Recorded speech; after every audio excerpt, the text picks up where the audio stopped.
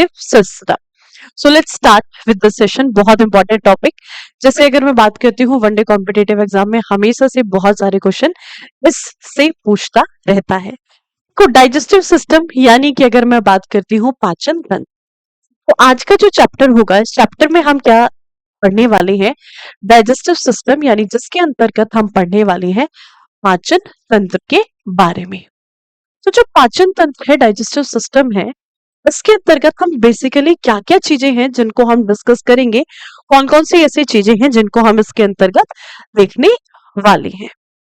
तो सबसे पहले अगर मैं डाइजेस्टिव सिस्टम की बात करूं, पाचन तंत्र की बात करूं, तो पाचन तंत्र के अंतर्गत हम किसके बारे में, इसके अंतर्गत हम डाइजेशन के बारे में पढ़ने वाले हैं, हम पाचन के बारे में पढ़ने वाले हैं।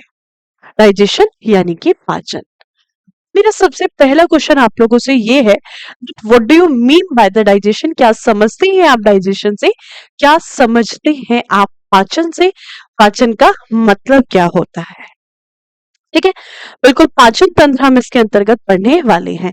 हाँ जी बिल्कुल उज्जवल, दिल्ली पुलिस में यहाँ से क्वेश्चन आते हैं, क्वेश्चन बिल्कुल आते हैं। ठीक है, चलो आपके जितने भी क्वेश्चन है मैं क्लास के लास्ट में को रिप्लाई करने वाली हूँ, बीच में मैं रिप्लाई बिल्कुल भी नहीं करूंगी। Thank you so much everyone. आ जाइए फटाफट से। सो अब डाइजेस्टिव सिस्टम, पाचन तंत्र को तब हम डिस्कस करते हुए चलेंगे। तो ये पाचन में जो पाचन है, इस पाचन का मतलब क्या है? एक शब्द आपको दिया गया है पाचन। बात है इस पाचन की, तो पाचन का मतलब क्या है? What do you mean by the digestion? यानी कि क्या समझते हैं आप पाचन से, क्या समझते हैं आप डाइजेशन से? देखो सबसे पहली और सबसे इंपॉर्टेंट पॉइंट, अगर हम बात करते हैं अपनी बॉडी की, तो जो मानव शरीर होता है या फिर मनुष्य का जो शरीर है, अगर मैं मनुष्य के शरीर की बात करती हूँ, अगर मैं मानव शरीर की बात करूं, तो बेटा एक्चुअल में जो हमारा शरीर है ये किस चीज से मिलकर के बना हुआ होता है? सो एक्चुअल में जो ह्यूमन बॉडी है, हमारी बॉडी या फिर हमारा शरीर किससे मिलकर के बना हुआ है? बहुत सारी कोशिकाओं से। यानी कि अगर मैं अपने शरीर की बात करूं तो हम किस तरीके के जीव हैं? We are the multi cellular organism. हम सभी जो हैं बहुकोशिकीय जीव हैं।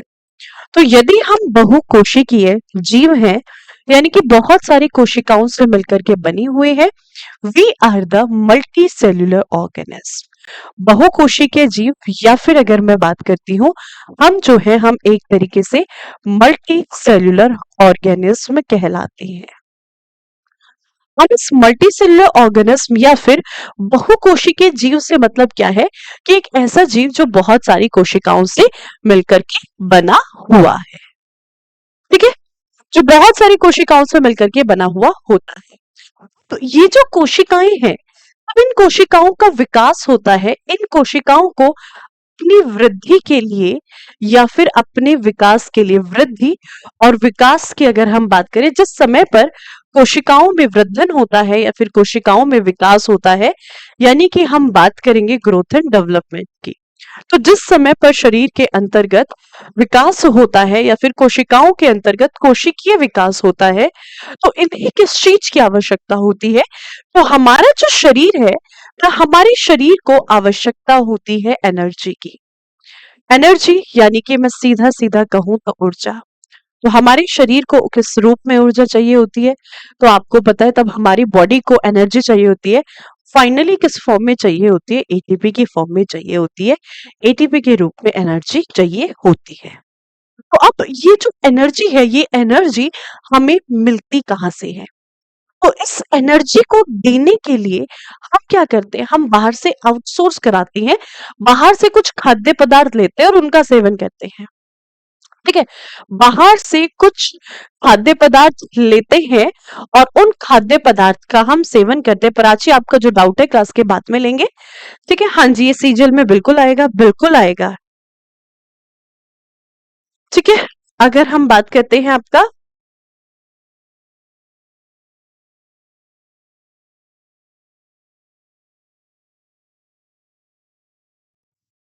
चलो तो भाई बाकी जो आपके डाउट्स हैं, बाकी वो सारे मैं बाद में लूंगी, अभी मत मैसेज करो, अभी मैं डाउट नहीं देखूंगी।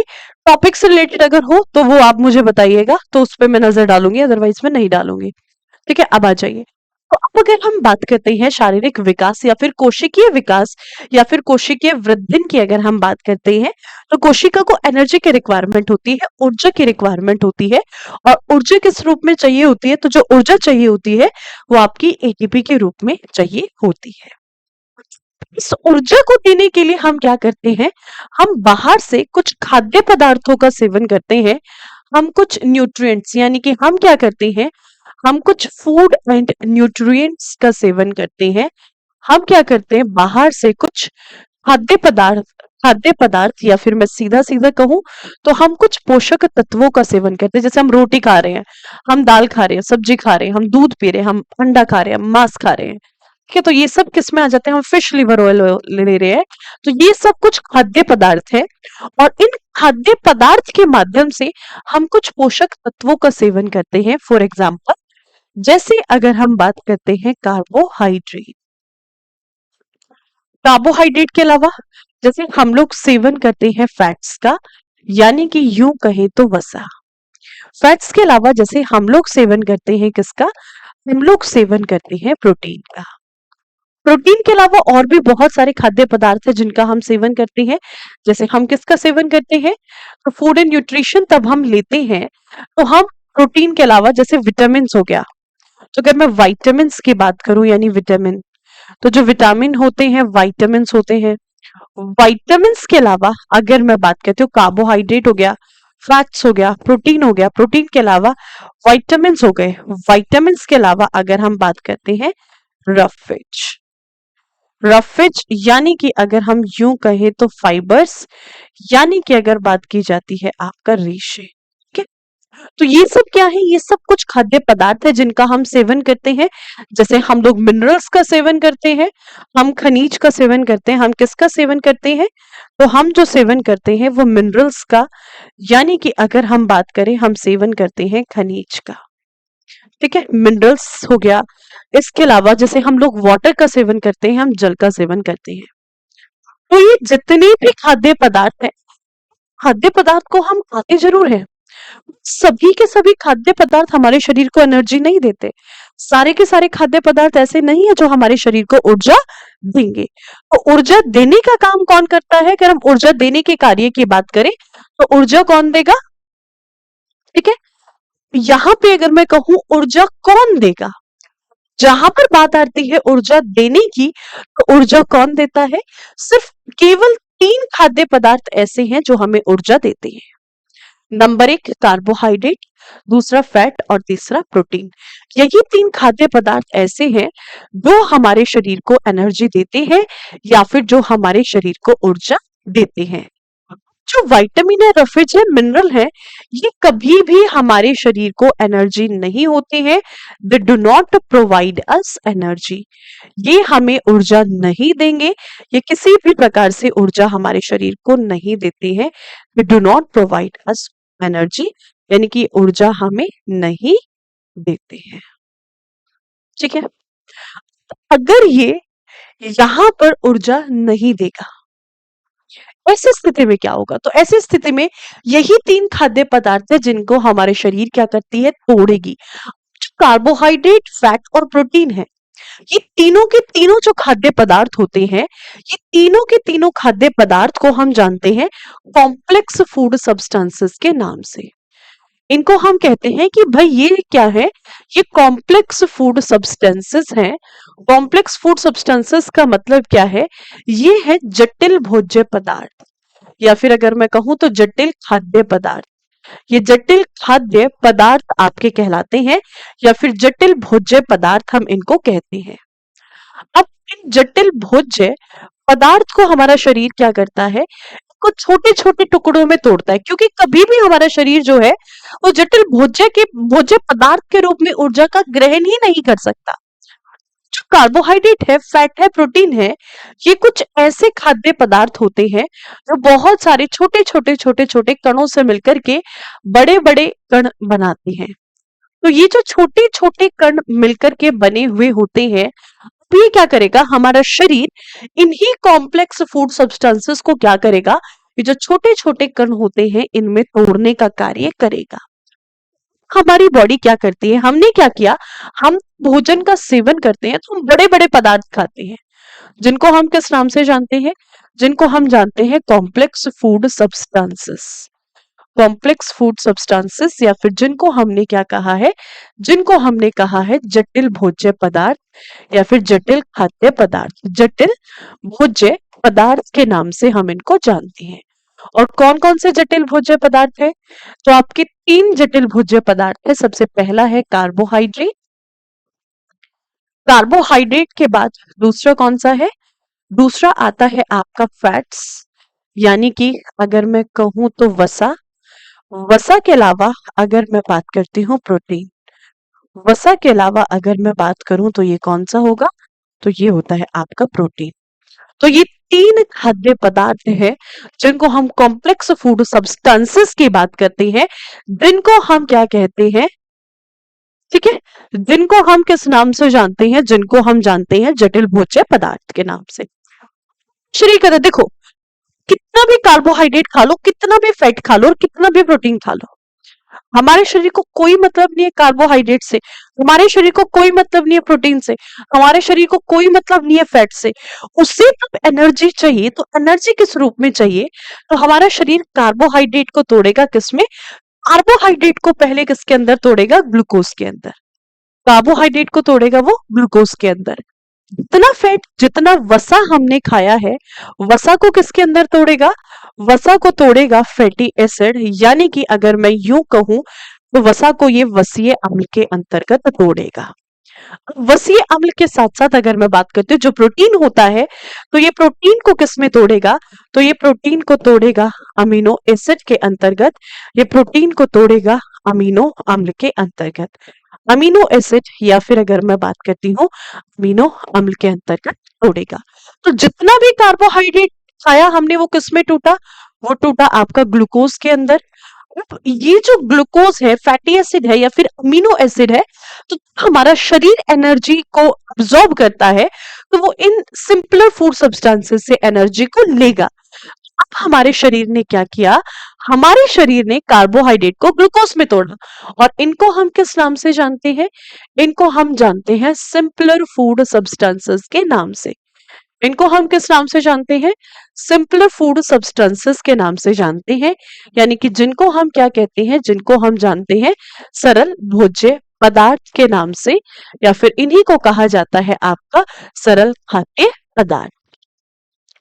डाइजेशन होता क्या है, पाचन होता क्या है, पाचन का मतलब है कार्बोहाइड्रेट को ग्लूकोज में तोड़ना, पाचन का मतलब है वसा को वसीय अम्ल में तोड़ना, इनके जितना फैट आपने खाया है, जितना लिपिड्स आपने खाया है, उस लिपिड को फैटी एसिड में तोड़ देना। पाचन का मतलब होता है प्रोटीन को अमीनो एसिड या फिर प्रोटीन को अमीनो अम्ल में तोड़ देना। सो बहुत आसान शब्दों में हम कह सकते हैं the process of break down of complex food substances into the simpler food substances is known as digestion. यानी कि मैं यूं कहूं कि भाई जो आपका जटिल भोज्य पदार्थ है, जटिल भोज्य पदार्थ को सरल भोज्य पदार्थ में तोड़ने की प्रक्रिया क्या कहलाती है, जटिल भोज्य पदार्थ को सरल भोज्य पदार्थ में तोड़ने की प्रक्रिया ही पाचन की प्रक्रिया कहलाती है। समझे बात को। So the break down of complex food substances into the simpler food substances is known as digestion. सी का मतलब होता है पाचन। बताइए समझे बात को, यस और नो। हाँ जी बिल्कुल शिवानी, आपको एक एक पॉइंट को नोट्स करना है, एक एक पॉइंट को नोट करते हुए चलना है। फैट क्या होता है, फैट क्या होता है बेटा, फैट वसा होता है जिससे हमारे शरीर को एनर्जी मिलती है। एक विशेष प्रकार के खाद्य पदार्थ होते हैं जो हमारे शरीर को एनर्जी देने का कार्य करते हैं।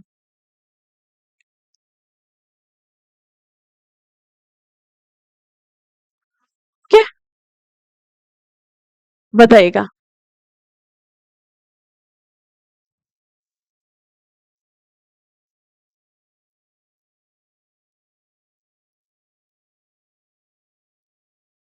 तो गूगल कुमार सिंपलर फूड या फिर आपका जो कॉम्प्लेक्स फूड है सिंपलर फूड और कॉम्प्लेक्स फूड में क्या डिफरेंस है?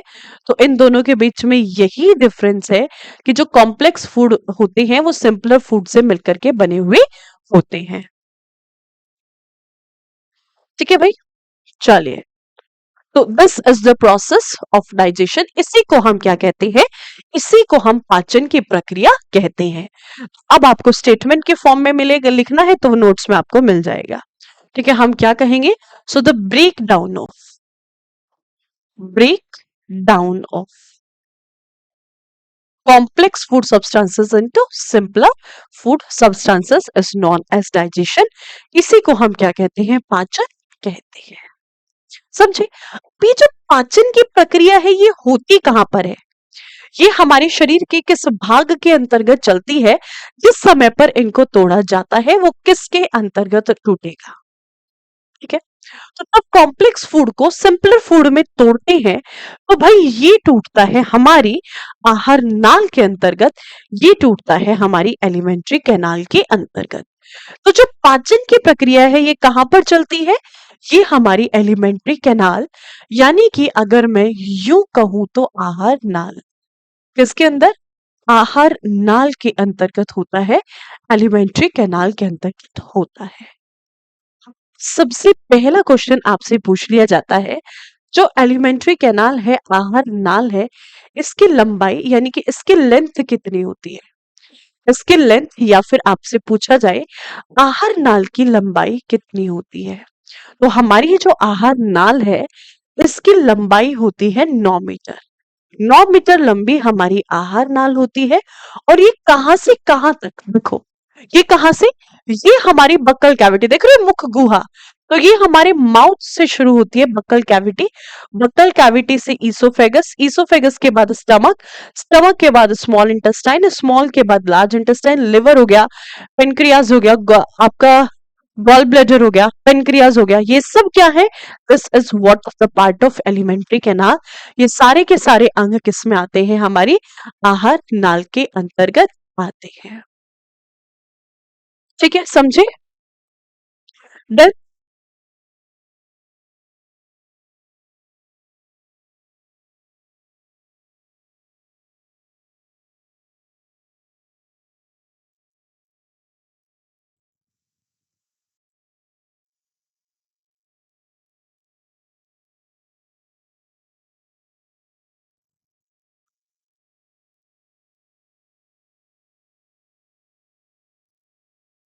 चलिए, डन। बहुत सही। तो अब हम बात किसकी करेंगे बेटा? एलिमेंट्री कैनाल, आहार नाल कहां से शुरू होती है? तो सबसे पहले अगर मैं बात करती हूँ बक्कल कैविटी, मुख गुहा। मुख गुहा के बाद एक भाग आता है जिसको हम एलिमेंट्री कैनाल के नाम से जानते हैं। तो हमारी आहार नाल का सबसे पहला भाग होता है जिसको हम किस नाम से जानते हैं? जिसको हम जानते हैं बक्कल कैविटी, या फिर अगर मैं बात करती हूँ मुख गुहा के नाम से। मुख गुहा के बाद दूसरा भाग कौन सा आता है? सबसे पहला पार्ट क्या है आपका? बक्कल कैविटी, या फिर जिसको हम किस नाम से जानते हैं? जिसको हम जानते हैं मुख गुहा के नाम से। इसके दूसरा पार्ट आता है जिसको हम किस नाम से जानते हैं? जिसको हम जानते हैं ईसोफेगस के नाम से, या फिर इसी को हम क्या नाम देते हैं? इसी को हम नाम देते हैं फूड पाइप। साइंटिफिक नेम क्या है? इसी को हम ईसोफेगस कहते हैं, यानी कि इसको हम जानते हैं भोजन नलिका के नाम से। ईसोफेगस, या फिर इसी को कहा जाता है आपका भोजन नलिका। जहां पर भोजन नलिका खत्म होती है यहां से शुरू होता है हमारा स्टमक। यहीं से क्या शुरू होता है? यहीं से शुरू होता है हमारा स्टमक। तीसरा ऑर्गन कौन सा है आपका? तो तीसरा ऑर्गन है आपका स्टमक, यानी जिसको हम किस नाम से जानते हैं? जिसको हम जानते हैं अमाशय के नाम से। अमाशय के बाद कौन सा पार्ट आता है? अगर मैं स्टमक की बात करूं, अमाशय के बाद कौन सा पार्ट आता है? तो अमाशय के बाद जो पार्ट आता है that will be small intestine. तो हमारा जो स्टमक है वो किसमें खुलता है? तो हमारा जो स्टमक है, हमारा जो अमाशय है, ये जाकर के खुलता है हमारे स्मॉल इंटेस्टाइन या फिर छोटी आंत के अंतर्गत। तो जो चौथा भाग है आहार नाल का, ये कौन सा भाग है? तो ये है हमारी स्मॉल इंटेस्टाइन, जिसको हम किस नाम से जानते हैं? जिसको हम जानते हैं छोटी आंत के नाम से, स्मॉल इंटेस्टाइन, या फिर अगर हम बात करते हैं छोटी आंत। ठीक है, ये जो स्मॉल इंटेस्टाइन है, इस स्मॉल इंटेस्टाइन से एक डक्ट निकल के जाती है, एक नली निकल के जाती है, और जहां से ये नली निकल के जाती है, यहीं पर अगर मैं कहूं तो डार्क ब्राउन कलर का, यहीं पे डार्क ब्राउन कलर का एक ऑर्गन होता है हमारे शरीर के अंतर्गत, डार्क ब्राउन कलर में, और इसी से मिलकर के क्या बना होता है? डार्क ब्राउन कलर का कुछ इस तरीके से एक ऑर्गन होता है, जिसको हम किस नाम से जानते हैं? तो जिस ऑर्गन को हम जानते हैं, आपका सीधा सीधा मैं कहूं तो डार्क ब्राउन कलर में ये ऑर्गन है, जिसको हम नाम क्या देते हैं? जिस ऑर्गन को हम नाम देते हैं लिवर का, या फिर जिसको क्या कहा जाता है? जिसको हम नाम देते हैं यकृत। तो यहाँ पर एक डार्क ब्राउन कलर का ऑर्गन होता है, जिसको नाम क्या दिया जाता है? आपको दिखाई दे रहा होगा, आपको थोड़ा सा कम दिखेगा, है ना? तो यहां से एक डार्क ब्राउन कलर का ऑर्गन होता है, जिसको हम क्या कहते हैं? तो ये हमारा पांचवा ऑर्गन, जिसको हम नाम देते हैं लिवर, या फिर इसी को क्या कहा जाता है? यकृत। यकृत के बाद जिस नली से लिवर जुड़ा होता है, इसी नली से एक और ऑर्गन जुड़ा होता है, जिस ऑर्गन को हम किस नाम से जानते हैं? तो जिस ऑर्गन को हम कहते हैं पित्त की थैली। ठीक है, एक और ऑर्गन यहाँ पर जुड़ा हुआ होता है, जिसको हम किस नाम से जानते हैं? जिसको हम जानते हैं पित्ताशय के नाम से, या फिर जिसको हम क्या नाम देते हैं? जिसको हम नाम देते हैं gall bladder, that is known as gall bladder, या फिर इसको क्या कहा जाता है? पित्ताशय। और ये कौन सा ऑर्गन है आपका? So this is the sixth organ. ये हमारा शरीर का, कितने ऑर्गन हम कर चुके हैं? 4, और पांचवा ये हमारा कौन सा ऑर्गन है? छठे नंबर का अंग है। आप में से बहुत सारे बच्चों ने सीडीएस का एग्जाम दिया होगा, तो आप अगर सीडीएस का पेपर उठा करके देखोगे, तो बिल्कुल वही क्वेश्चन पूछे गए हैं जो आपके एग्जाम, मतलब सीधे नोट्स में से क्वेश्चन है यार। सेल बायोलॉजी वाला पार्ट में आपके पूरे के पूरे सेल ऑर्गेनेली है जो डिस्क्राइब किए गए हैं। तो एक एक कोशिकीय अंग जितने बच्चों ने पढ़ा है, तो एक डायग्राम आया हुआ है इस बार की सीडीएस के अंदर। सीडीएस का जो एग्जाम हुआ था कि भाई कोशिका देवी थी, उसके कोशिकीय अंगों को पूछा हुआ है पॉइंट आउट करके। आप में से कितने लोगों ने दिया इस बार सीडीएस का एग्जाम? बताओ। तो तब आपने सीडीएस का एग्जाम अगर दिया होगा, तो इस बार जो सीडीएस का एग्जाम हुआ है उसमें क्या दिया हुआ है आपको? कि भाई सेल दी हुई है और उसमें अलग अलग ऑर्गन दिए हुए हैं, और उन ऑर्गन को आपसे सीधा डायग्राम से पूछा हुआ है कि भाई इस ऑर्गन को किस नाम से जानते हैं? इस ऑर्गन को हम किस नाम से जानते हैं? तो इस तरीके से आपसे पूछा गया है। तो आपको ये पता होना चाहिए, बाई चांस आप में से कोई बच्चा ऐसा हो जो सीडीएस का एग्जाम दे, एनडी का एग्जाम दे, सीएपीएफ का एग्जाम दे, या फिर अगर मैं कहूं आप में से कोई भी एफकेट का एग्जाम दो, ठीक है? हाँ जी, साथ साथ नोट्स बनाते हुए चलो। ठीक है, तो ये आपको पता होना चाहिए। Done? तो सबसे पहले बक्कल कैविटी, मुख गुहा। दूसरा भाग कौन सा है? फूड पाइप, ईसोफेगस, भोजन नलिका। तीसरा अंग कौन सा आया? स्टमक, अमाशय। चौथा अंग कौन सा है हमारा? स्मॉल इंटेस्टाइन, छोटी आंत। छोटी आंत से एक नली निकल के जाती है, और इससे कौन जुड़ा होता है? लिवर। जिस नली से लिवर जुड़ा होता है, उसी से हमारा पित्ताशय जुड़ा होता है, गॉल ब्लैडर। इसके अलावा यहीं पर हमारा एक और ऑर्गन जुड़ा होता है, और इस ऑर्गन को हम किस नाम से जानते हैं? तो यहाँ पर आपको एक और ऑर्गन हमारा जुड़ा हुआ दिखाई देगा, जिस ऑर्गन को हम क्या कहते हैं? जिस ऑर्गन को हम पेनक्रियास कहते हैं। कुछ इस तरीके का एक ऑर्गन होता है, एक अंग होता है, जिस अंग को हम किस नाम से जानते हैं? तो ये आपका सातवां अंग है, जिसको हम किस नाम से जानते हैं? तो जिसको हम जानते हैं पेनक्रियास के नाम से। This is what known as a pancreas, या फिर इसको हम अग्नाशय के नाम से जानते हैं। ठीक है, इसको हम किस नाम से जानते हैं? पेनक्रियास, या फिर इसको क्या नाम दिया जाता है आपका? अग्नाशय। ठीक है, हाँ जी, पीडीएफ मिलेगी आपको। इसके बाद अगर हम बात करें आपका, इसके बाद कौन सा ऑर्गन आता है? यहां से आती है हमारी बड़ी आंत। कुछ इस तरीके से कनेक्टेड होती है हमारी large intestine, something like this. तो स्मॉल इंटेस्टाइन को कवर करती हुई हमारी पूरी की पूरी लार्ज इंटेस्टाइन, इसको कवर करते हुए कौन सी आती है, कौन सा पार्ट आता है हमारा, लार्ज इंटेस्टाइन का सबसे लास्ट पार्ट रेक्टम, और रेक्टम से क्या जुड़ा होता है, एनस। सबसे लास्ट पार्ट को हम क्या कहते हैं, तो जो लार्ज इंटेस्टाइन का सबसे लास्ट पार्ट होता है रेक्टम, और रेक्टम से फाइनली क्या जुड़ा होता है हमारा, एनस। तो ये जो पूरा का पूरा आपको डार्क पिंक कलर में दिखाई दे रहा है, ये पूरा पार्ट क्या कहलाता है हमारा, इस पार्ट को हम जानते हैं लार्ज इंटेस्टाइन, या फिर इसको हम क्या नाम देते हैं, इसको हम नाम देते हैं बड़ी आंत। तो ये क्या कहलाती है, तो ये हमारे शरीर का 8वां अंग, आहार नाल का ये 8वां अंग है, और इसको हम किस नाम से जानते हैं, इसको हम जानते हैं लार्ज इंटेस्टाइन के नाम से, लार्ज इंटेस्टाइन, या फिर इसको हम किसका नाम देते हैं, इसको हम नाम देते हैं बड़ी आंत का, लार्ज इंटेस्टाइन या फिर बड़ी आंत। अब देखो छोटी आंत और बड़ी आंत का मतलब क्या है, देखो छोटी आंत और बड़ी आंत ये लंबाई के बेसिस पे छोटी बड़ी नहीं है, डायमीटर, इनका जो डायमीटर होता है, इनका जो आयतन, डायमीटर के आधार पर हमने इसको छोटा या फिर बड़ा कहा है, ठीक है। इसके बाद आपका लास्ट जो है पार्ट, एलिमेंट्री कैनाल का 9th पार्ट, जिसको हम किस नाम से जानते हैं, जिसको हम एनस के नाम से जानते हैं, या फिर जिसको हम गूदा कहते हैं, एनस, या फिर इसी को किस नाम से जाना जाता है बेटा, इसको जाना जाता है आपका गूदा के नाम से, एनस, या फिर इसी को हम गूदा कहते हैं। तो ये मेन पार्ट है आपके, देखो एनस हो गया, ये जो आपको बड़ी आंत दिखाई दे रही है ना, इसी बड़ी आंत में एक और ऑर्गन जुड़ा होता है, यहाँ पर एक और ऑर्गन जुड़ा होता है, एक और अंग एड ऑन होता है।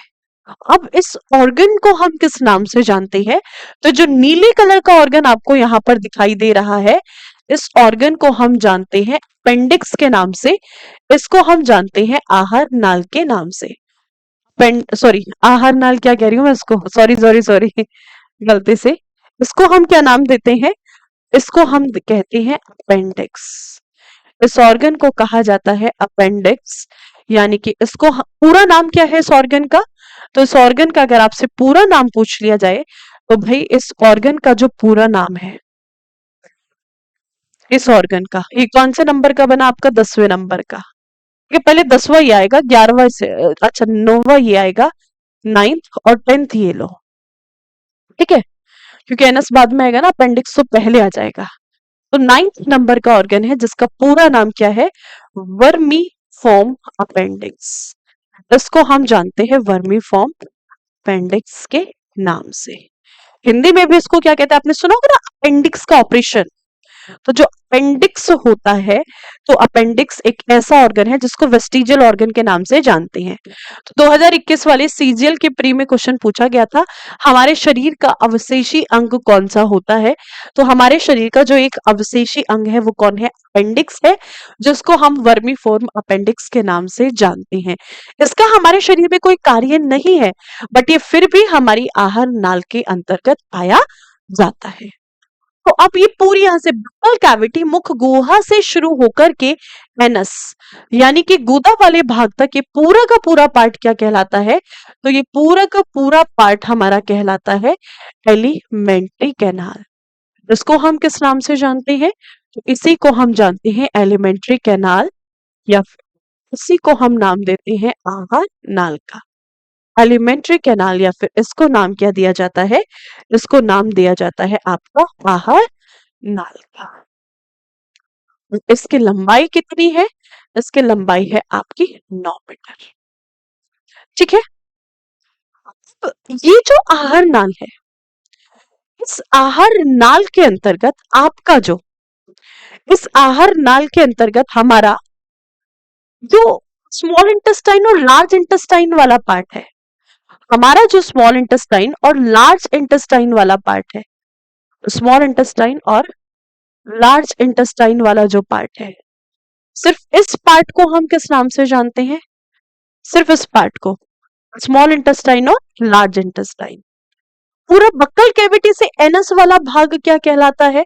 बक्कल कैविटी से एनस वाला भाग पूरे का पूरा एलिमेंट्री कैनाल कहलाता है। बट हमारी जो छोटी आंत और बड़ी आंत है, छोटी आंत से ही लिवर जुड़ा है, छोटी आंत से ही पेनक्रियास जुड़ा है, और छोटी आंत से ही हमारा जो है गॉल ब्लैडर जुड़ा हुआ है। पूरी की पूरी छोटी आंत, पूरी की पूरी बड़ी आंत, और बड़ी आंत से ही हमारा वर्मीफॉर्म अपेंडिक्स जुड़ा हुआ है। तो ये दोनों के दोनों पार्ट क्या कहलाते हैं? इस दोनों पार्ट को हम किस नाम से जानते हैं? दोनों पार्ट को हम कहते हैं जीआई ट्रैक्ट। कई बार आपसे क्वेश्चन पूछ लेता है कि जीआई ट्रैक्ट के अंदर हमारा इन्फेक्शन हो जाता है, पूरी की पूरी एलिमेंट्री कैनाल में नहीं होगा, सिर्फ हमारी छोटी आंत या फिर बड़ी आंत में कई बार इन्फेक्शन हो जाता है। तो इसको हम किस नाम से जानते हैं? जीआई ट्रैक्ट के नाम से जानते हैं। अब ये जीआई ट्रैक्ट क्या है? जीआई ट्रैक्ट के फुल फॉर्म क्या है? तो अगर मैं जीआई ट्रैक्ट की बात करूं तो जीआई ट्रैक्ट की फुल फॉर्म होती है gastro gastro intestinal tract. Gastro intestinal tract के नाम से हम इसको जानते हैं। ठीक है, तो इसको गैस्ट्रो इंटेस्टाइनल ट्रैक्ट कहा जाता है, जीआई ट्रैक्ट। तो ये इसका नाम दिया है, ये इसका एक तरीके से मैं कहूं तो बायोलॉजिकल नेम है। तब हम मेडिकल की भाषा में बात करते हैं, मेडिकल की भाषा में इसको आपका कहा जाता है, इसको हम जानते हैं किस नाम से? तो भाई इसको नाम दिया जाता है आपका गैस्ट्रोइंटेस्टाइनल ट्रैक्ट। और इसके अंदर कौन कौन सा पार्ट आता है? तो सबसे पहला पार्ट जो इसके अंदर आता है वो आती है हमारे स्मॉल इंटेस्टाइन। तो इसके अंतर्गत सबसे पहला पार्ट है स्मॉल इंटेस्टाइन, इसको हम जानते हैं छोटी आंत के नाम से। दूसरा कौन सा पार्ट आता है इसके अंदर? दूसरा आता है इसके अंतर्गत लार्ज इंटेस्टाइन। और छोटी आंत और बड़ी आंत सिर्फ दो ही भाग इसके अंतर्गत होते हैं, एक छोटी आंत और दूसरा कौन सा होता है? दूसरा होता है आपका बड़ी आंत। क्या जो जीआई ट्रैक्ट है इसकी लेंथ कितनी होती है, इसकी लंबाई कितनी है? देखो, पूरी की पूरी जो हमारी आहार नाल थी इसकी लंबाई कितनी थी? पूरी आहार नाल की लंबाई थी बेटा हमारी 9 मीटर। अब इस 9 मीटर से करीबन अगर मैं कहूं जो छोटी आंत होती है 6 से 7 मीटर लंबी, 6.5 से 7.5 मीटर तक की, 6 से 7 से 7.5 मीटर की, 6 से 7 मीटर लंबी सिर्फ और सिर्फ हमारी छोटी आंत होती है। इसके बाद 1 से 1.5 मीटर लंबी हमारी बड़ी आंत होती है। तो सीधा सीधा देख लो, यानी 8 से 8.5 मीटर लंबी हमारी सिर्फ और सिर्फ जीआई ट्रैक्ट होती है। अब पूरी की पूरी आहार नाल की मैं बात करूं तो मैंने क्या कहा है, छोटी आंत की लंबाई कितनी होती है? तो करीबन 6.5 से लेकर के 7 मीटर के आसपास सिर्फ छोटी आंत होती है, और जो बड़ी आंत है करीबन 1 से लेकर के 1.5 मीटर के आसपास की आपकी बड़ी आंत होती है। ये जो दोनों के दोनों पार्ट है, ये दोनों मिलकर के जीआई ट्रैक्ट बनाते हैं। तो पूरी आहार नाल में से कम आपकी 8 से 8.5 मीटर लंबी सिर्फ और सिर्फ क्या होती है? सिर्फ और सिर्फ आपकी जीआई ट्रैक्ट होती है, सिर्फ और सिर्फ आपकी गैस्ट्रो इंटेस्टाइनल ट्रैक्ट होती है। समझे बात को? यस और नो? Is it? ठीक है, तो ये पूरा का पूरा पार्ट क्या है हमारा? ये पूरा का पूरा पार्ट है हमारा आहार नाल का, जिसको हम किस नाम से जानते हैं? तो जो जीआई ट्रैक्ट है, gastro intestinal tract. Ma'am GI tract नहीं समझे? जीआई ट्रैक्ट अभी तो समझ गए होंगे, अभी समझे अरिनव या नहीं? अभी बताइएगा।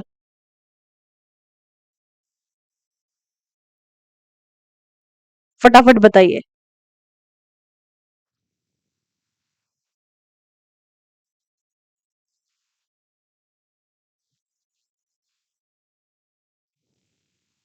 जल्दी जल्दी, डू इट फास्ट। अभी क्लियर हुआ कि नहीं? Yes ma'am, done.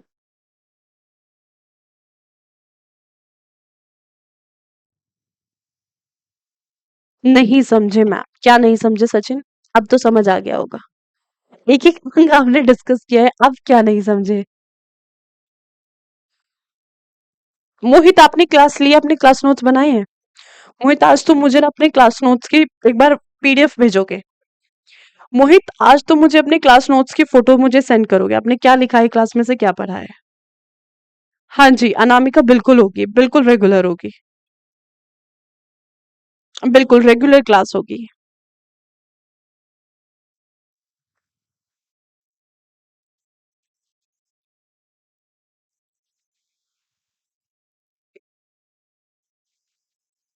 पॉइंट्स कैसे लिखे अमन इसमें?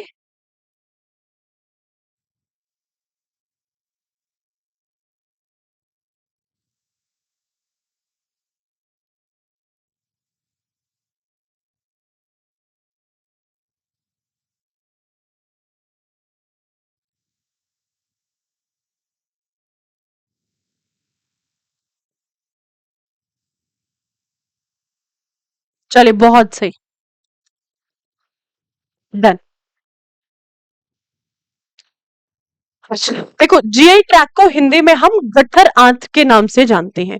इसको कहा जाता है आपकी गट्ठर आंत। हिंदी इंग्लिश में हमने क्या कहा है? Gastro intestinal tract. और हिंदी में हम इसको जैसे जठर अग्नि, आपने सुना होगा ना रामदेव बाबा को कहते हुए जठर अग्नि, तो इसको ना हम जानते हैं जठर। जीआई ट्रैक को हिंदी में हम जानते हैं आपका जठर आंत के नाम से। जठर रांत्र हम इसको कहते हैं। जठरांत्र या फिर इसको हम जठर आंत के नाम से जानते हैं। जठरांत्र यानी कि जी आई ट्रैक। ठीक है, या फिर ध्यान रखिएगा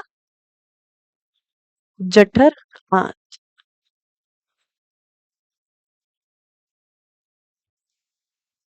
यानी कि अपनी जठर अग्नि को शांत करे, तो यही होती है वो जठर अग्नि। ठीक है।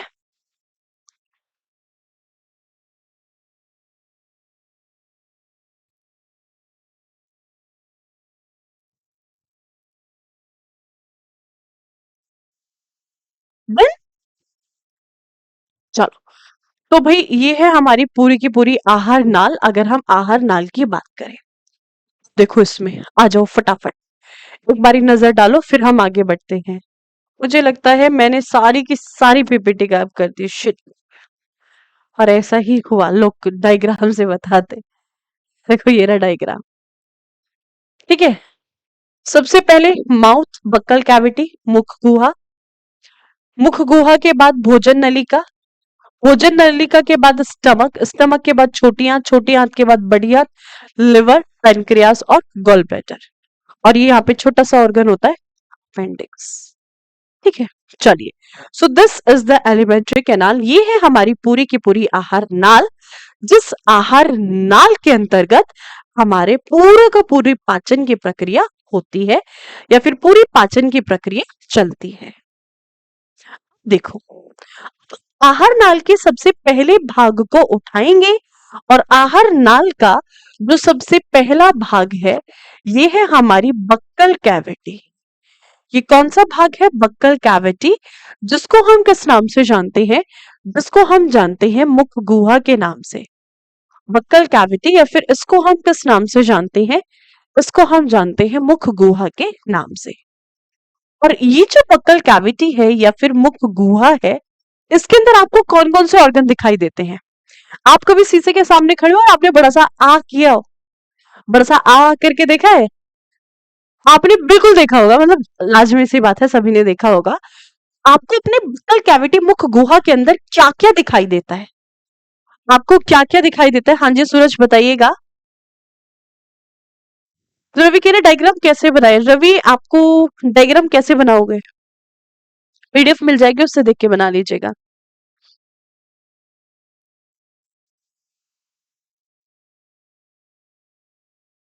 नहीं शुभम, आप बिल्कुल भी ब्लॉक नहीं है। बेटा इतने मैसेजेस होते हैं, हर एक स्टूडेंट का मैसेजेस नहीं पढ़ पाते। आपकी जो बात होती है आप उसको लिख दिया करो, मैं देख लूंगी बाद में। लास्ट में थोड़ा सा जो भी आपके इंपॉर्टेंट पॉइंट्स है लास्ट में मैं टाइम दूंगी। उसके बाद इतने मैसेज चल रहे होते हैं, कोई मैसेज मिस हो जाता है, और जो काम का मैसेज होता है उनका मैं रिप्लाई जरूर देती हूँ। ठीक है। बक्कल कैविटी या फिर मुख गुहा। तो हमारी मुख गुहा की अगर मैं बात करती हूँ कितने भाग, तो सबसे पहले तो ना आपको आपके स्माइल में चार चांद लगाने वाले, सबसे पहले आपको अपने दांत दिखाई देते हैं कि नहीं? भले ही वो पीले हों, बट आपके स्माइल में चार चांद लगा देते हैं। दांत के बाद दूसरा भाग आपको जीभ दिखाई देती है ना, जो कभी रुकती नहीं है, जीभ, टंग। टंग के अलावा जो तीसरा ऑर्गन आपको दिखाई देता है, तो ये होती है आपकी सलाइवरी ग्लैंड। सलाइवरी ग्लैंड, या फिर जिसको हम किस नाम से जानते हैं, जिसको हम जानते हैं लार ग्रंथि के नाम से, सलाइवरी ग्लैंड्स। सलाइवरी ग्लैंड्स, या फिर जिसको हम किस नाम से जानते हैं, जिसको हम जानते हैं लार ग्रंथि के नाम से, सलाइवरी ग्लैंड्स, या फिर इसको हम जानते हैं लार ग्रंथि के नाम से। ये 3 अंग हैं हमारे शरीर के अंतर्गत बेसिकली जो पाए जाते हैं। देखो, जो बक्कल कैविटी है, मुख गुहा है, उस मुख गुहा का सबसे पहला अंग हम उठाएंगे टीथ यानी कि दांत, और इसको पढ़ना शुरू करते हैं। दांतों को शुरू करने से पहले सबसे पहला क्वेश्चन, आपको हेडिंग क्या लगाना है, आपको हेडिंग लगाना है टीथ यानी कि दंत। ठीक है, दंत। अब सबसे पहला क्वेश्चन मेरा आप लोगों से ये है, स्टडी ऑफ टीथ। सबसे पहला क्वेश्चन, स्टडी ऑफ टीथ। दांतों के अध्ययन को हम क्या कहते हैं? दांतों का अध्ययन क्या कहलाता है? Study of teeth. बताइए, दांतों का अध्ययन बेटा क्या कहलाता है? What do you mean by the study of teeth? क्या समझते हैं आप दांतों के अध्ययन से? बता सकते हैं?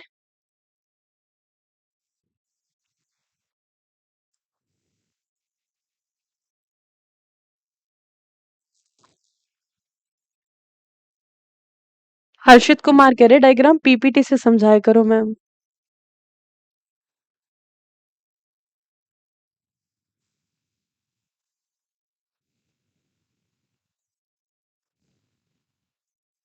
हर्षित, इतने अच्छे से आप इस एलिमेंट्री कैनाल को जो मैंने समझाया ना आपको, ये आपको बिल्कुल माइंड में छप जाएगा, आपके दिमाग में। ठीक है, स्टडी ऑफ टीथ या फिर दांतों का अध्ययन क्या कहा जाता है, बताइएगा। सबसे पहला पार्ट, मतलब ऑप्शन, ऑस्टियोलॉजी,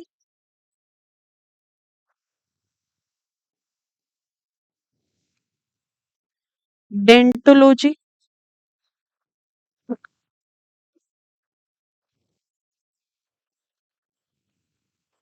बोनोलॉजी, इनामोलॉजी।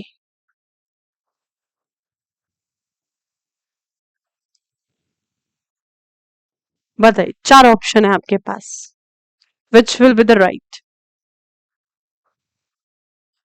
डायग्राम किस किस को समझ नहीं आया, बताना एक बारी।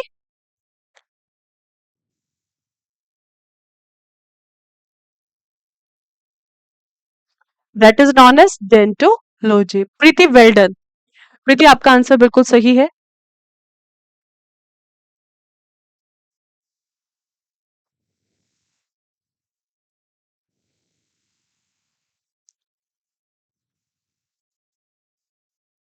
अच्छा, एक बच्चा कह रहा है लिप्स का फंक्शन। हाँ बेटा, लिप्स का फंक्शन होता है, क्या होता है लिप्स का फंक्शन? देखो, एक बच्चा पता है क्या कह रहा है, जब मैम सीजल में आया था, लिप्स का फंक्शन क्या होता है? ये सिर्फ आप ही के सीजल में आ सकता है, बाकी किसी के सीजल में नहीं आएगा लिप्स का फंक्शन। ठीक है, तो लिप्स का फंक्शन होता है किस करना, है कि नहीं? लिप्स का फंक्शन क्या होता है मैम? चुम्मा चुम्मा दे दे, है कि नहीं? तो आंसर क्या होगा? None of this. What will be your right answer? तो भाई, दांतों के अध्ययन को क्या कहा जाता है? तो दांतों का जो अध्ययन है, that is known as odontology. इसको हम किस नाम से जानते हैं? इसको हम जानते हैं ओडोंटोलॉजी के नाम से, odontology, that is known as odontology. ठीक है, तो भाई ये थी गूगली। प्रीति का आंसर बिल्कुल सही था, ओडोंटोलॉजी। तो आंसर बिल्कुल गलत, नन ऑफ दीज। देखो, यहाँ पे फंसाता है डेंटोलॉजी। दांतों के डॉक्टर के पास आप जाते हो तो आपको एक शब्द लिखा मिलता है डेंटिस्ट, अब हम दांतों के डॉक्टर को कहते हैं, क्या कहते हैं भाई, हम डेंटिस्ट के पास जा रहे हैं, ठीक है। तो डेंटिस्ट से हमारे माइंड में क्या आ जाता है, डेंटोलॉजी। तो डेंटिस्ट से डेंटोलॉजी जैसा कोई शब्द ही नहीं होता है। दांतों के अध्ययन को क्या कहा जाता है, दांतों के अध्ययन को कहा जाता है ओडोंटोलॉजी। समझे बात को? हुसैन बिल्कुल बताइए, मैं आपका कमेंट देख पा रही हूँ। बायोलॉजी में नोट्स बनाने में दिक्कत हो रहा है। अमन, नोट्स बनाने में क्यों दिक्कत हो रही है आपको? क्लास देखो और बनाओ। ठीक है, शगुन चौधरी मैम अपना कांटेक्ट नंबर शेयर कर दीजिए। देखो, आप क्लास में नोट्स देखो और बनाओ। 9675637504। ठीक है, सिर्फ व्हाट्सएप करोगे, कोई भी डाउट, कोई भी दिक्कत, कोई भी परेशानी, कॉल नहीं करोगे। सिर्फ और सिर्फ आप मुझे व्हाट्सएप कर सकते हो। कॉल रिसीव नहीं होगी, और जो कॉल करके इरिटेट करता है वो ब्लॉक हो जाएगा, ब्लॉक हो जाता है। ठीक है, ध्यान रखिएगा। चलो आइए बढ़ते हैं आगे। दांतों के अध्ययन को हमने क्या कहा, तो स्टडी ऑफ टीथ, दांतों का अध्ययन क्या कहलाता है, दांतों का अध्ययन कहलाता है आपका, दांतों के अध्ययन को हम जानते हैं ओडोंटोलॉजी के नाम से। हमारे जबड़े के अंदर कितने दांत होते हैं, आपसे पूछा जाए दांतों के अध्ययन को क्या कहा जाता है, तो दांतों का अध्ययन क्या कहलाता है, ये कहलाता है आपका, सीधा सीधा अगर मैं कहूं तो ओडोंटोलॉजी। अब आपसे क्वेश्चन पूछा जाए, क्वेश्चन क्या पूछा जाए, तो मुझे ये बताओ कि, अरे भाई कहाँ गया, कहाँ गया वो रहा है। चलो, दांतों के अध्ययन को तो हमने देख लिया। अब ये बताओ मुझे, नंबर ऑफ टीथ, कितने दांत हमारे जबड़े के अंतर्गत पाए जाते हैं, how many teeth will be there. देखो पीपीटी गायब हो रही है, ऐसा क्यों? चलो, नंबर ऑफ टीथ आपको बतानी है, दांतों की संख्या। नंबर ऑफ टीथ यानी कि अगर मैं कहूं दांतों की संख्या, दांतों की संख्या, कितने दांत हैं जो हमारे जबड़े के अंतर्गत पाए जाते हैं, how many teeth will be there. तो कितने दांत हैं जो कि हमारे जबड़े के अंतर्गत पाए जाते हैं, 32 दांत होते हैं। ठीक है, आपसे क्वेश्चन पूछा जाए कि मानव वयस्क के अंतर्गत, अगर हम ह्यूमन एडल्ट की बात करें, तो एक जो मानव वयस्क होता है, मानव वयस्क के जबड़े में होते हैं 32 दांत। और वहीं अगर हम बात करते हैं बच्चों की, तो बेटा जो बच्चों का जबड़ा होता है, बच्चों के जबड़े में कितने दांत होते हैं, तो बच्चों के जबड़े में पाए जाते हैं आपके 20 दांत।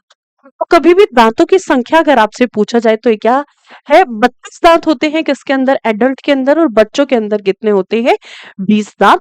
और दांतों के अध्ययन को हम क्या कहते हैं, दांतों के अध्ययन को हम कहते हैं ओडोंटोलॉजी। तो दांतों के अध्ययन को क्या कहा जाता है, दांतों के अध्ययन को कहा जाता है आपका ओडोंटोलॉजी। ठीक है, सिमरन बताइए, आपका कमेंट मुझे दिख रहा है, आप कमेंट करोगे तो मुझे दिखेगा। ठीक है, चलो देखो आगे तब हम बढ़ेंगे। आपसे क्वेश्चन पूछा जाता है, how many type of teeth will be there, हमारे जबड़े में कितने प्रकार के दांत होते हैं, how many type of teeth will be there, यानी कि दांतों में, हमारे जबड़े में कितने प्रकार के दांत होते हैं, type of teeth, type of teeth, यानी कि अगर मैं यूं कहूं तो दांत के प्रकार, दांत के प्रकार, या फिर टाइप ऑफ टीथ। बताइए दांतों के प्रकार, कितने प्रकार के दांत होते हैं, how many type of teeth will be there. बिल्कुल, बच्चों में 20 होते हैं और एडल्ट में कितने होते हैं, 32 दांत होते हैं।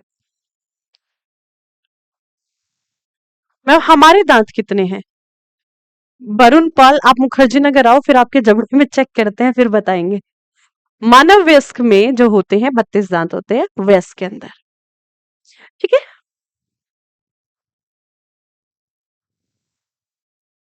दो प्रकार। ओके, आत्महत्या की थैली कहते हैं बेटा लाइसोसोम्स को, लाइसोसोम्स को कहते हैं। कितने प्रकार के, दो प्रकार के। को सबसे पहले अगर हम बात करते हैं, आप में से बहुत सारे बच्चे 4 प्रकार के कह रहे हैं, तो एक चीज ध्यान में रखिएगा, सबसे पहले हम बात करेंगे ओरिजिन के बेसिस पर, उत्पत्ति के आधार पर।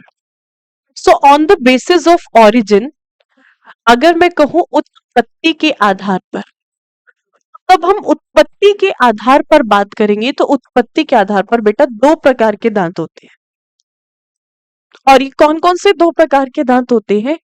एक जिनको हम जानते हैं मोनोफायोडोंट के नाम से, जिनको हम क्या नाम देते हैं? जिनको हम नाम देते हैं मोनोफायोडोंट।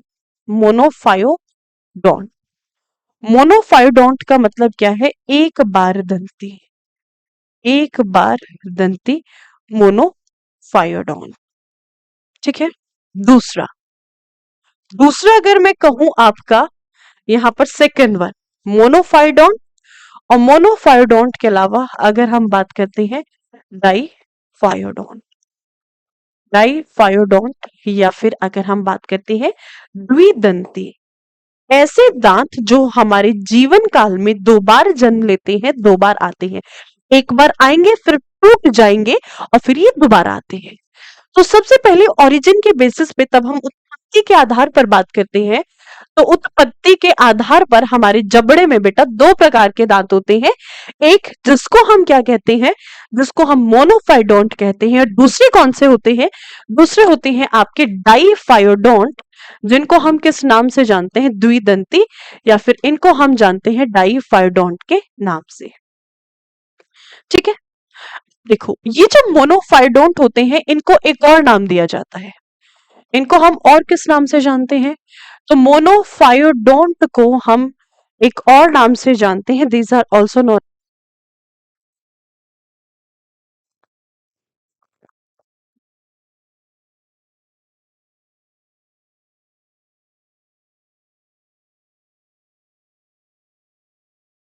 चलो मोनोफायोडोंट, हाँ बिल्कुल, कार्य के आधार पर चार प्रकार के होते हैं। मोनोफायोडोंट को हम किस नाम से जानते हैं? जो मोनोफायोडोंट होते हैं इनको हम परमानेंट टीथ भी कहते हैं। These are also known as permanent teeth, या फिर इनको हम किस नाम से? इनको हम स्थायी दंत कहते हैं। परमानेंट टीथ, या फिर इनको हम किस नाम से जानते हैं? इनको हम स्थायी दांत का नाम देते हैं, स्थायी दंत हम इनको कहते हैं। और जो डाईफायोडोंट होते हैं, द्विदंती होते हैं, एक बार आते हैं, टूटते हैं और फिर दोबारा आते हैं। अच्छा, एक बच्चा कह रहा है मैं बुढ़ा हो रहा हूँ, मेरे जबड़े में बताओ कितने दांत हैं? बेटा कहते हैं ना कि बुढ़ापे में तो कमर में हाथ नहीं होती और पेट में दांत नहीं होते। बुढ़ापे में आपके जबड़े में जो दांत होते हैं वो गायब हो चुके होते हैं। बुढ़ापे तक जाते जाते तो आर्टिफिशियल जबड़ा आ जाता है, वो चढ़ जाता है।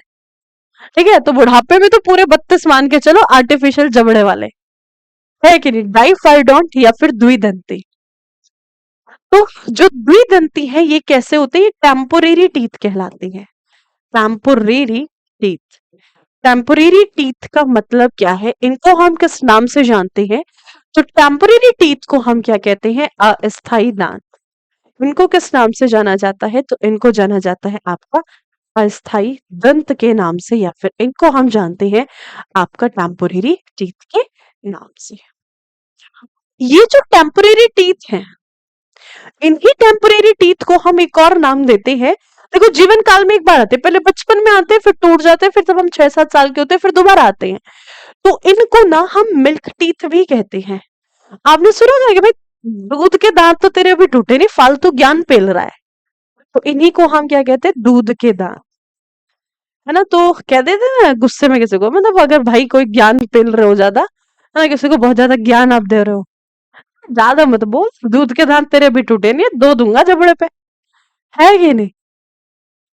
चलिए भाई, कोई यहाँ पर ब्लॉक नहीं है, डोंट इरिटेट, क्योंकि कोई भी यहाँ पर ब्लॉक नहीं होता है।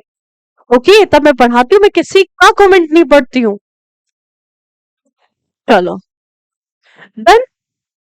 अब देखो यहाँ पर कितने मोनोफाइडोंट यानी कितने एक बार दंती दांत है? जो एक दंती जिनको हम कहते हैं, या फिर स्थायी दंत हम जिनको कहते हैं। देखो, पहले जो बच्चे के जबड़े में 20 दांत थे, बच्चे के अंतर्गत जो 20 दांत थे, इनको हम किस नाम से ये कितने होते हैं? 20 दांत।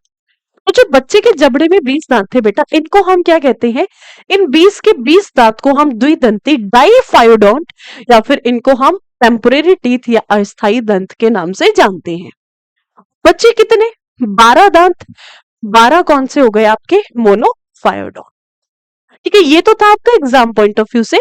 आपसे पूछे कितने मोनोफाइडोंट होते हैं, कितने एक दंती होते हैं, या फिर कितने दांत ऐसे होते हैं जिनको हम परमानेंट टीथ के नाम से जानते हैं, ये तो था एग्जाम पॉइंट ऑफ व्यू से। अब ये दांत आते कब हैं, किस उम्र में ये आते हैं, किस एज ग्रुप में ये जाकर के आते हैं? ठीक है, अब एक चीज यहाँ पे देखिएगा। सबसे पहले अगर मैं डाइफाइडोंट की बात करूं, अगर मैं द्विदंती की बात करूं, तो जो द्विदंती होते हैं ये ऐसे दांत होते हैं जो कब बच्चा 6 माह का होता है तब ये आने शुरू होते हैं। तब बच्चा 6 माह का होगा, 6 माह में ये आने शुरू होंगे और 2.5 से 3 से लेकर के 3.5 वर्ष की आयु तक ये आएंगे। 2.5 से 3.5 वर्ष की आयु तक ये बच्चे को आते हैं। इसके बाद आगे जाकर के 5 से 6 वर्ष का तब बच्चा होता है, 5 से 6 वर्ष की आयु में ये टूट जाएंगे। तो एक बार टूटने के बाद ये दोबारा आते हैं। दोबारा कब आते हैं? तो ये तब बच्चा 6 से 7 साल का हो सकता है, 7 से 8 वर्ष की आयु में आने शुरू हो जाते हैं और 12-13 साल की आयु तक ये आ जाते हैं। ठीक है, हालांकि 8-10 साल में ही आ जाते हैं, 8-10, तो ये 6-7-8-9 साल में ही आ जाते हैं। कुछ कुछ बच्चों में 12-13 तक भी पहुंच जाते हैं। जो मोनोफाइडोंट है, बच्चा 6-7 साल का होता है, 6-7-8 वर्ष की आयु में ये आने शुरू हो जाते हैं। और कब तक आते हैं? तो ये दांत जो है 22 से लेकर के 24 वर्ष की आयु तक आते हैं। ठीक है, आप में से बहुत सारे बच्चे कहेंगे मैम 22 से 24 वर्ष की आयु में भी दांत आते हैं, है कि नहीं मैम? क्यों पागल बना रहे हो? जो 22 से 24 वर्ष की आयु का समय पर हमारे विजडम टूथ आते हैं, जिनको हम दाढ़ कहते हैं। कहते हैं जिसको हम अक्खल दाढ़ कहते हैं। तो जो हमारी अक्खल दाढ़ होती है, जो तीसरा थर्ड मोलर जिसको हम कहते हैं, विजडम टूथ जिसे हम कहते हैं, तो जो विजडम टूथ होता है, अक्खल दाढ़ होते हैं, 22 से 24 वर्ष की आयु में आते हैं। पता ये आपको पता होना चाहिए, क्योंकि आगे जाके आपके भी बच्चे होंगे, तो आपको एटलीस्ट इतना तो पता होना चाहिए कि आपके बच्चों के दांत किस वर्ष की आयु में आएंगे। बच्चे बहुत चिक चिक करते, बहुत परेशान करते, तब हमारे दांत आते हैं। आपने देखा होगा, अभी आप में से बहुत सारे स्टूडेंट ऐसे होंगे, बहुत सारे लोग ऐसे होंगे जिनका अभी तक अक्खल दाढ़ नहीं आई होगी, तो तब अक्खल दाढ़ आती है, बहुत परेशान करती है कि नहीं?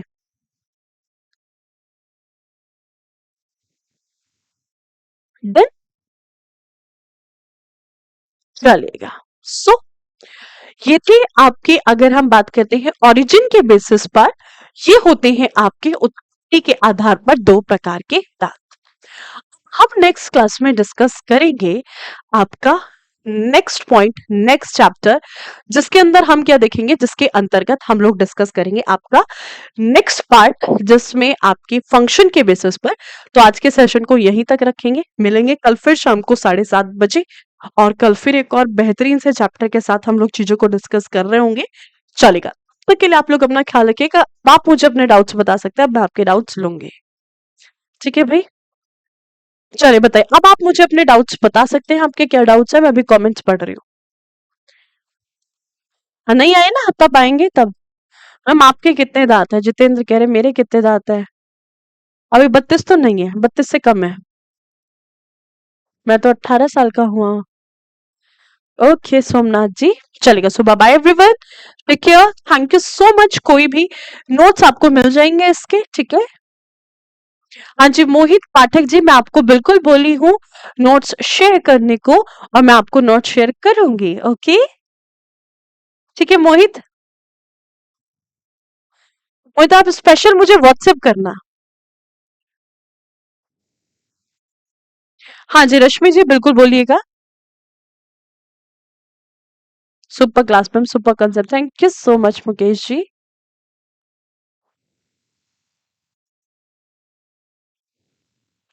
बायोलॉजी का सिलेबस में आपका अगले 1 महीने के अंदर, 1 से 1.5 महीने में कंप्लीट करा दूंगी। Happy belated teachers day ma'am, thank you so much. Thank you so much for your love, for your warm wishes. Thank you so much. मैंने देखा यूट्यूब पर, इंस्टाग्राम पर इतने सारे डीएम्स, इतने सारी आपकी स्टोरीज लगी हुई हैं, इतने सारे व्हाट्सएप मैसेजेस, मतलब इतना सारा Facebook, Instagram. Thank you so much everyone. हाँ जी, नितिन क्लास चलेगी आपके शाम के 7:30 बजे, ठीक है?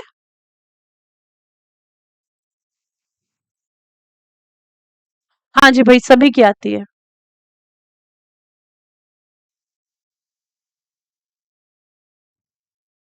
बिट्टू, जो आपको 4 पढ़ाए गए हैं, उन 4 को हम कल पढ़ेंगे। तो बिट्टू, आपको थोड़ा-सा और एडवांस पढ़ाया जा रहा है, आपको और थोड़ा-सा एडवांस पढ़ाया जा रहा है। जो चीज़ें आपने पहले नहीं पढ़ी थी, वो अभी आपको बताई है। ठीक है, आपको चैप्टर वाइज़ मिल जाएँगे। नहीं भाई जतिन, मैं बिल्कुल सिंगल हूँ। चलिए ठीक है भाई, bye bye everyone, take care.